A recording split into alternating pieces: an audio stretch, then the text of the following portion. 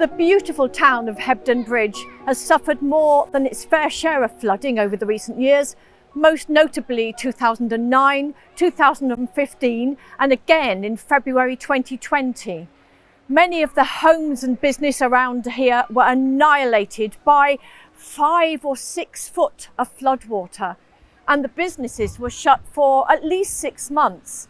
So I'm going to go and talk to some businesses around here to see how they've adapted their inside of their premises to allow them to open up again after a flood in just a handful of days. Such a positive story to tell. And right now we're going to go and see Alison at the Art Gallery.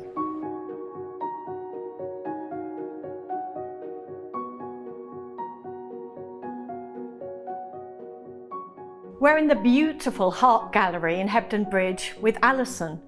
Now, Alison, you've suffered several floods, and I just wondered, before we start talking about the wonderful adaptations you've made, if you could tell us just what it's like to flood when you're running a small business. Well, the 2012 floods were only skirting board height, so that was much more manageable. And it was debilitating. We were closed for over 2 weeks, getting back together, and places in town were flooded probably up to about 2 feet. So when other shops closed, there wasn't the footfall anyway, even when we opened a bit earlier.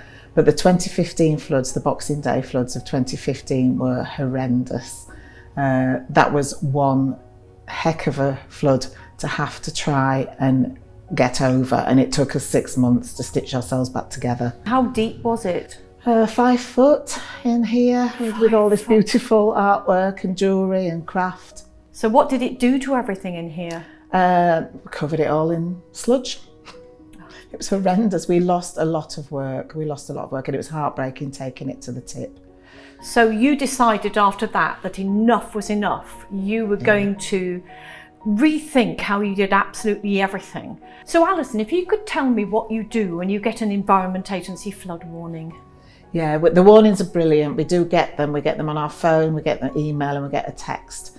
But you kind of know yourself, because you've been watching the rain for however many days or hours, and the river levels rising. So you kind of know yourself what you need to do and when you need to do it. We've learnt that you can't be ringing people and asking them to come and help, and you can't be answering your phone waiting for them to, ring you and say, do you need your help? It's physically impossible, because you're right in the thick of it and trying to deal with the dirt, the sludge, the fallen over furniture, whatever it is.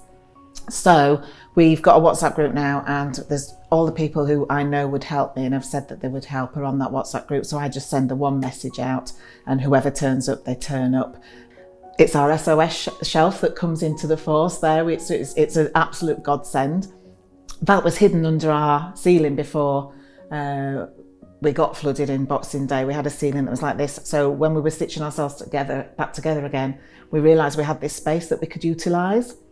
So we've opened it all up, and the boxes, all our stock goes into the boxes. They go up the ladders and they get put onto the shelf. So everything that you can see in our cabinets, on our display shelves, even the cards on the cabinet over there, everything goes into a box and everything goes up onto these shelves. Right, Alison, you told me that instead of throwing all your furniture away after Storm Desmond, you upcycled it. Can you tell me a bit more about that? Because I think far too much is thrown away, and you're a classic example of not doing that. No, that was really important to me. I mean, all the furniture, everything you see here has been with me on my journey since I opened in 2006.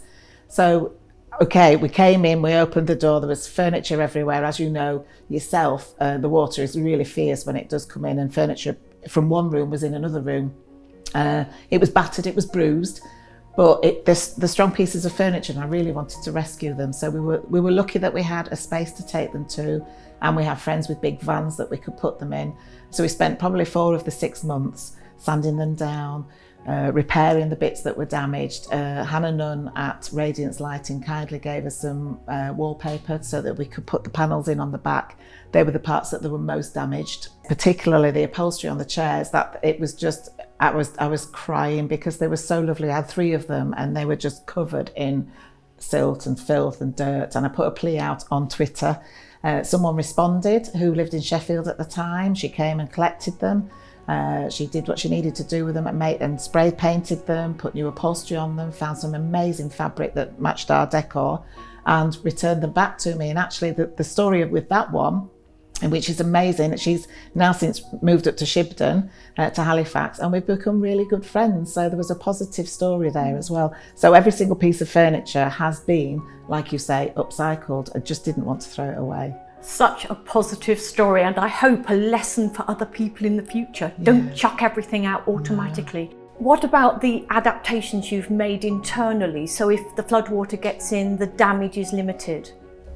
Yeah, we've made a lot of adaptations. We had a wooden floor before. Obviously we knew we weren't going to be able to put that down, so we've exchanged that for ceramic. We had some, unfortunately, we had some structural damage to the back of the property that goes into the hillside. So the steels have gone in, we've had a big concrete pour. Unfortunately, we couldn't afford a sump pump, but we've put the ceramic tiles down and we've got the non-return valves in the bathroom and the kitchen area.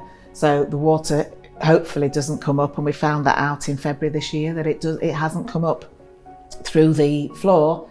It's kind of seeped up through the walls.